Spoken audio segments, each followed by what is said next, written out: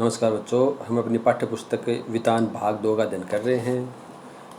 इसी क्रम में हमने शुरू के 2 अध्यायों का अध्ययन कर लिया है। तीसरा अध्याय है अतीत में दबे पांव। इसका अध्ययन हमें कर रहे हैं, अभी चालू है ये पाठ। ये ओम थानवी का यात्रा वृत्तांत और रिपोर्ट का एक मिला जुला रूप है। तो इसमें हमने पढ़ लिया है कि लेखक ने सिंधु घाटी सभ्यता में मोहनजोदड़ो और हड़प्पा नामक स्थानों की यात्रा की थी। तो उस स्थानों की यात्रा को ही अपने पाठ्यक्रम में यात्रा वृत्तांत के रूप में सम्मिलित किया गया है। थोड़ा आगे पढ़ लेते हैं। मोहनजोदड़ो में उस रोज़ हवा बहुत तेज़ बह रही थी। किसी बस्ती के टूटे फूटे घर के दरवाजे या खिड़की के सामने से हम गुजरते तो साए साए की ध्वनि में हवा की लय साफ पकड़ में आती थी। वैसे ही जैसे सड़क पर किसी वाहन से गुजरते हुए किनारे की पट्टी के अंतरालों में रह रहकर हवा के लयबद्ध थपेड़े सुनाई पड़ते हैं। जैसे गाड़ी में बैठ के निकलते हैं ना, तो साइड में कोई पेड़ हो, कोई पिलर हो, कोई खंबा हो, तो उसके पास से गुजरते हैं तो हवा की अलग सी आवाज़ सुनाई देती है। तो वैसी ही आवाज़ यहाँ पर भी लेखक को सुनाई दे रही थी। सूने घरों में हवा की लय और ज़्यादा गूंजती है, इतनी कि कानों का अंधियारा भी सुनाई दे। यहाँ तक इतना कि कोनों का अंधियारा भी सुनाई दे, घर के कोनों का। यहाँ एक घर से दूसरे घर में जाने के लिए आपको किसी के घर से वापस बाहर नहीं आना पड़ता, क्योंकि अब तो खंडर हो रहे हैं, दीवार कोई बीच की बची नहीं है। कोई कमरे में थोड़े बहुत ही बचे हुए हैं, उनकी भी छत वगैरह नहीं है। आखिर सब खंडर हैं, इतना सब कुछ खुला है। अब कोई घर जुदा नहीं है, अलग नहीं है। एक घर दूसरे में खुलता है, दूसरा तीसरे में। जैसे पूरी बस्ती एक बड़ा घर हो, लेकिन घर एक नक्शा ही नहीं होता। एक घर का संस्कार में आकार होता है, भले ही वह 5000 साल पुराना घर क्यों न हो। हम में कमोबेश हर कोई पांव आहिस्ता उठाते हुए एक घर से दूसरे घरों में बेहद धीमी गति से दाखिल होता था, मानो मन में अतीत को निहारने की जिज्ञासा ही न हो। किसी अजनबी के घर में अनधिकार यानी बिना किसी अधिकार के चहलकदमी करने का अपराध बोध भी हो। मतलब यही नहीं कि अतीत को जानने की जिज्ञासा न हो, जिज्ञासा तो है, लेकिन इसके साथ ही ये अपराध बोध भी था कि हम बिना किसी अधिकार के दूसरों के घर में घुस रहे हैं, चाहे वो वहाँ पर उसके घर के मालिक हैं, जो वो चाहे 5000 साल वर्ष पहले ही क्यों नहीं रहते हो। जैसे किसी पराए घर में पिछवाड़े से चोरी छुपे घुस आए। सब जानते हैं यहाँ अब कोई बसने नहीं आएगा, लेकिन यह मोहनजोदड़ो के पुरातात्विक अभियान की ही खूबी थी कि मिट्टी में इंच दर इंच कंघी कर इस कदर शहर, उसकी गलियां और घरों को ढूंढा और सहेजा गया है। देखो, मैंने पहले बताया आपको कि इन जब जो पुरातत्व महत्व की वस्तु होती हैं, उनका जब खुदाई करते हैं तो उनके लिए बहुत ही बारीक धीरे धीरे उनकी खुदाई करते हैं। इंच दर इंच कंघी करते जैसे धीरे धीरे। यह एहसास हर वक्त आपके साथ रहता है कि कल कोई यहाँ बसता था। ज़रूर यह आपकी सभ्यता परंपरा है, मगर घर आपका नहीं है। अनचाहे मुझे मोहनजोदड़ो की गलियों या घरों में राजस्थान का ख्याल न आए, ऐसा नहीं हो सका। महज इसलिए नहीं कि पश्चिमी राजस्थान और सिंध गुजरात की दृश्यावली एक सी है। कोई चीज़ है जो मुझे यहाँ से वहाँ जोड़ जाती है, जैसे हजारों साल पुराने यहाँ के खेत, बाजरे और ज्वार की खेती। मोहनजोदड़ो के घर में टहलते हुए मुझे कुलधरा की याद आई। कुलधरा क्या है? जैसलमेर के मुहाने पर पीले पत्थरों के घरों वाला एक खूबसूरत गांव है। उस खूबसूरती में हरदम एक गमी व्याप्त है। गांव में घर हैं पर लोग नहीं हैं।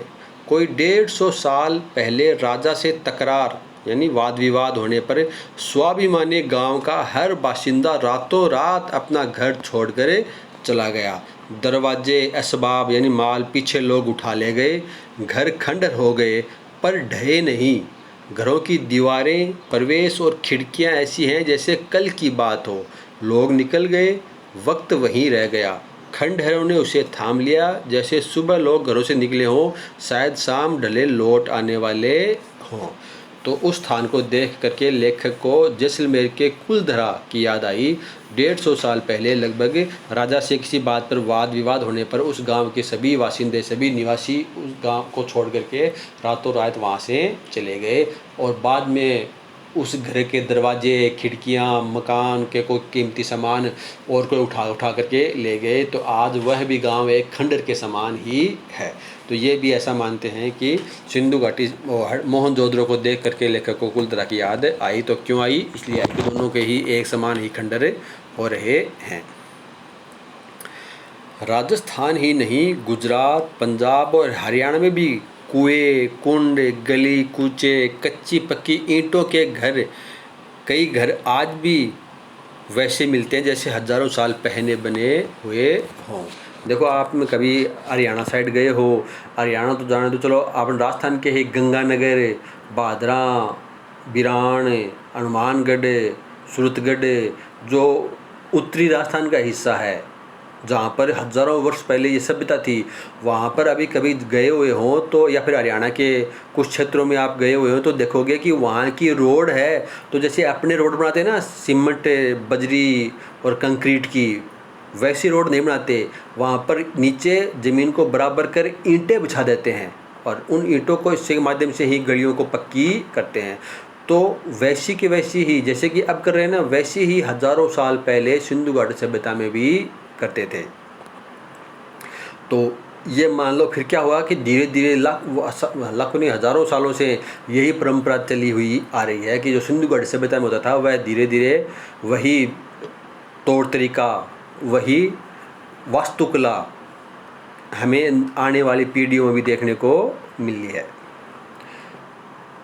जॉन मार्शल कौन थे?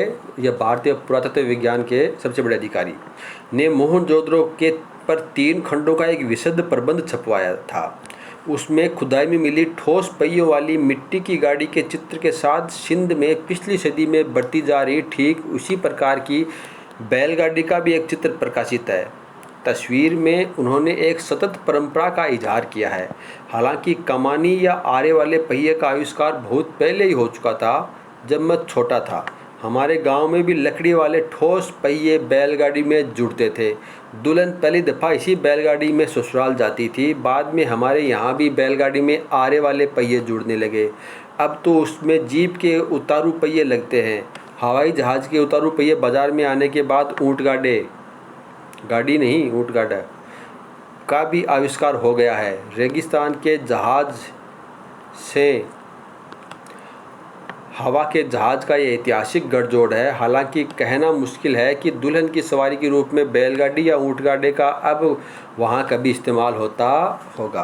तो अभी तो नहीं होता, लेकिन पहले भी कहते थे कि दुल्हन वगैरह जो मुख्य कार्य होते थे तो उसमें जो बैलगाड़ी में पहिए जो होते थे वह लकड़ी के ही पहिए होते थे। उसके बाद में वह आरी के पहिए आना शुरू हो गए, लोहे के पहिए आना शुरू हो गए। उसके बाद में उन पहियों पर कोई पुरानी जीप के, पुरानी गाड़ी के पहिए या हवाई जहाज़ के जो पहिए गोल होते हैं चारों ओर से, उन्हीं पहियों को ऊँट गाड़े में पहिए के रूप में इस्तेमाल में करने लगे हैं।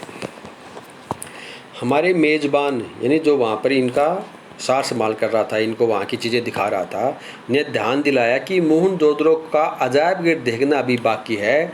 खंडरों से निकल हम उस साबुत इमारत यानी जो इमारत पूरी सही सलामत थी में आ गए, लेकिन प्रदर्शित सामान आपको खंडरों से निकल आने का एहसास नहीं होने देता। अजायबगढ़ छोटा ही है, जैसे किसी कस्बा स्कूल की इमारत हो। सामान भी ज़्यादा नहीं है। अहम चीज़ें कराची, लाहौर, दिल्ली और लंदन में हैं। अब लंदन में क्यों हैं? क्योंकि अंग्रेज़ों ने उसमें खुदाई करवाई थी, तो जो बहुत ही महत्व की वस्तुएं थी वह लंदन ले गए। कुछ चीज़ें कराची पाकिस्तान में, कुछ चीज़ें लाहौर पाकिस्तान में और कुछ चीज़ें दिल्ली भारत में के अजायब घरों में रखवा दी गई। यूँ अकेले मोहनजोदड़ो की खुदाई में निकली पंजीकृत चीज़ों की संख्या 50,000 से ज़्यादा है। देखो इसीलिए वो बारीक बारीक इंच दर इंच खुदाई करते हैं कि हर जो चीज़ बरामद होती है उसकी पूरा विवरण वहाँ पर रखते हैं। तो लगभग 50,000 से ज़्यादा चीज़ें वहाँ से खुदाई में मिली हैं। मगर जो मुट्ठी भर चीज़ें यहाँ प्रदर्शित हैं, यहाँ कहाँ मोहनजोदड़ो में जहाँ पर वो अजायबघर था, पहुँची हुई सिंधु सभ्यता की झलक दिखाने की को काफ़ी है। काला पड़ गया गेहूँ, यानी गेहूँ की खेती करते हुआ गेहूँ का जो दाना है वह काला तो पड़ गया है, लेकिन गेहूँ का दाना है, तो इससे अनुमान लगाते हैं कि यहाँ पर गेहूँ की खेती आज से 5,000 वर्ष पहले भी होती थी। तांबे और कांसे के बर्तन, मुहरें, वाद्य मतलब ये बजाने के, गाने बजाने का यंत्र होते हैं ना, जैसे वाद्य यंत्र बोलते हैं। चाक यानी कुम्हार के चाक पर बने विशाल मृद भांड यानी मिट्टी के भांड, उन पर काले भूरे चित्र, चौपड़े की गोटियाँ, जो खेल होते हैं वो चौपड़ की गोटियाँ, दिए दीपक, माप तोल के पत्थर, तांबे का आईना, देखो आईना कांच का नहीं, तांबे का आईना, मिट्टी की बैलगाड़ी और दूसरे खिलौने, 2 पाटन वाली चक्की, कंघी, मिट्टी के कंगन, रंग बिरंगे पत्थरों के मनकों वाले हार, पत्थर के औजार। अजायब घर में तैनात अली नवाज बताता है कुछ सोने के गहने भी यहाँ हुआ करते थे जो चोरी हो गए। यानी सोना धातु भी उसमें मिलता था, सोने के गहने भी वहाँ पर बरामद हुए, लेकिन वह चोरी हो गए। तो ये सारे जो अभी हमने पढ़े हैं ये सब वहाँ के अजायब घर में सुरक्षित रखे हुए हैं। एक ख़ास बात यहाँ कोई भी महसूस करेगा, अजायब घर में प्रदर्शित चीज़ों में औजार तो हैं पर हथियार कोई नहीं है। तो ये छोटे मोटे औजार हैं जो कृषि में काम आते हैं या और कोई धातु कार्य करने में काम आते हैं, तो उस प्रकार के औजार हैं, लेकिन हथियार नहीं है। इसका मतलब ये कोई लड़ाकू जाति नहीं थी, ये खेतीहर जाति ही थी। मोहनजोदड़ो क्या हड़प्पा से लेकर हरियाणा तक समूची सिंधु सभ्यता में हथियार उस तरह कहीं नहीं मिले हैं जैसे किसी राजतंत्र में होते हैं। मतलब जैसे कोई राजा का शासन हो तो वहाँ पर तो हथियार होंगे भी, चाहे वो तलवार हो, चाहे तीर कमान हो, चाहे भाले हों, चाहे किसी भी प्रकार के हों, लेकिन इसी प्रकार के कहीं पर भी कोई भारी संख्या में, भारी मात्रा में कहीं पर भी हथियार नहीं मिले हैं। इस बात को लेकर विद्वान सिंधु सभ्यता में शासन या सामाजिक प्रबंध के तौर तरीकों को समझने की कोशिश कर रहे हैं।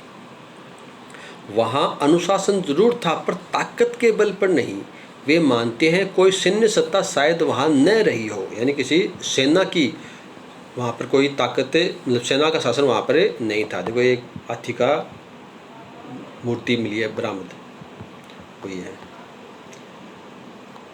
मगर कोई अनुशासन जरूर था जो नगर योजना, वास्तुशिल्प, मुहर, ठप्पों, पानी या साफ सफाई जैसी सामाजिक व्यवस्थाओं आदि में एक रूपता तक को कायम रखे हुए था। देखो आज बहुत सारे हम वैज्ञानिक प्रगति कर चुके हैं, लेकिन हमारे गांवों में भी आज की कोई वास्तुशिल्प की दृष्टि से एकता नहीं है, यानी सभी मकान अलग अलग शिल्प शैली में बने हुए हैं। पानी की व्यवस्था भी सबके अलग है, कोई का पानी किधर जा रहा है, कोई का घर के बाहर है, कोई का घर के अंदर है, कोई का कहीं घूम रहा है, नई कोई सामाजिक व्यवस्था बनी है। लेकिन उस समय सभी ये क्या थे, नगरी सारे कार्य योजनाबद्ध थे। ये चाहे नगर की योजना हो, चाहे वास्तुशिल्प हो, चाहे साफ सफाई का हो, सब योजनाबद्ध तरीके से होता था। तो चाहे सैन्य सत्ता नहीं रही हो, लेकिन कोई न कोई अनुशासन तो वहाँ पर जरूर था। दूसरी बात जो सांस्कृतिक धरातल पर सिंधु घाटी सभ्यता को दूसरी सभ्यताओं से अलग ला खड़ा करती है, वह है प्रभुत्व या दिखावे के तेवर नदारद होना। तो दिखावे की संस्कृति भी ये नहीं थी, यानी जो राज सत्ता होती है तो वह तो बड़े बड़े भव्य मंदिर की या कोई मकान, गढ़ वगैरह, किले वगैरह या बड़े भारी भव्यता के साथ बनाते थे। लेकिन यहाँ पर ऐसी कोई भी पूरा महत्व की वस्तुएं बरामद नहीं हुई हैं। दूसरी जगहों पर राजतंत्र या धर्मतंत्र की ताकत का प्रदर्शन करने वाले महल मिले हैं, उपासना स्थल मिले हैं, मंदिर वगैरह, मूर्तियाँ भी बड़ी बड़ी मिली हैं, पिरामिड आदि मिलते हैं। हड़प्पा संस्कृति में न भव्य राजप्रसाद राजप्रसाद के महल मिले हैं और न ही मंदिर। तो ये हड़प्पा सभ्यता, सिंधु घाटी सभ्यता है, इसमें इस प्रकार की कोई वस्तुएं या इमारतें बरामद नहीं हुई हैं। नए राजाओं महंतों की समाधियाँ मिली हैं। यहाँ के मूर्ति शिल्प छोटे हैं और औजार भी हैं। जो मूर्तियाँ मिली हैं वह भी छोटी छोटी मिली हैं और जो औजार मिले हैं वे भी छोटे मिले हैं। मोहनजोदड़ो के नरेश, जिसको याचक नरेश बोलते हैं, के सिर पर जो मुकुट है शायद उससे छोटे सिरपेंच की कल्पना भी नहीं की जा सकती। और तो और वहाँ के लोगों की नावें बनावट में मिस्र की नावें जैसी होते हुए भी आकार में छोटी रही हैं। यानी जो मिस्र की सभ्यता में जो नावें मिली हैं तो उनका आकार प्रकार तो वैसा ही है, उनकी डिजाइन तो वैसी ही है, लेकिन आकार में वो छोटी हैं। आज के मुहावरे में कह सकते हैं कि लो प्रोफाइल सभ्यता थी, लघुता में भी महत्ता अनुभव करने वाली संस्कृति थी। यहाँ पर यह प्रश्न पूछ सकते हैं कि सिंधु घाटी सभ्यता को लो प्रोफाइल सभ्यता क्यों कहा गया है। हाई प्रोफाइल सभ्यता उसे बोलते हैं जो ज़्यादा दिखावा करे, तो यहाँ पर कोई भी दिखावा करने वाली बात नहीं है। इसके लिए हम क्या कहेंगे, ये दो तीन बात तो यहाँ पर ये मिल जाएंगी। ये यहाँ पर ये को जो समाधियाँ मिली हैं वह छोटी हैं, मूर्तियाँ भी छोटी हैं, औजार भी छोटे हैं, राजा के सिर पर जो मुकुट मिला है वह भी छोटा है।